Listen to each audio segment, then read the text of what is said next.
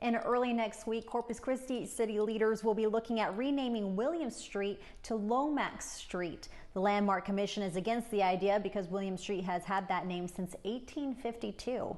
William Street sits between North Lower Broadway and North Shoreline Boulevard. Janet Maxwell, who owns the only 3 properties along that street, asked the city to change the name in honor of the work downtown businessman Brad Lomax has done over the years. It also will help to clear up confusion on emergency calls. There's also another street in town called Williams.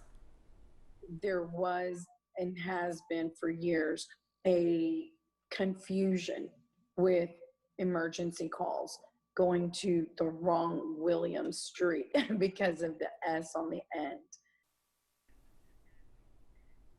Now, while the city says it can't figure out who William Street was actually named after, the Nueces County Historical Commission indicates its paperwork filed with the city that William was named for William Mann, who was one of the founding fathers of the city. So some history there for you. There's still Mann Street, which everyone agrees was named for him. That street sits between North Shoreline and Mesquite.